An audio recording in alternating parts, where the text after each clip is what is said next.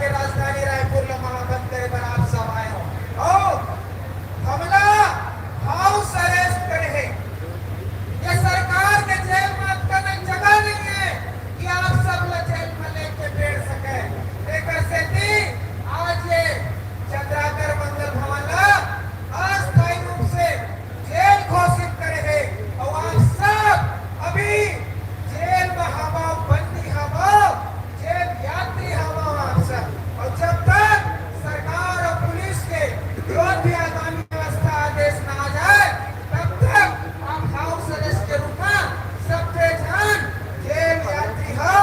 ठीक है ये सरकार के यो जुलूम ला पुलिस के यो व्यवस्था ला हम स्वीकार करत हैं।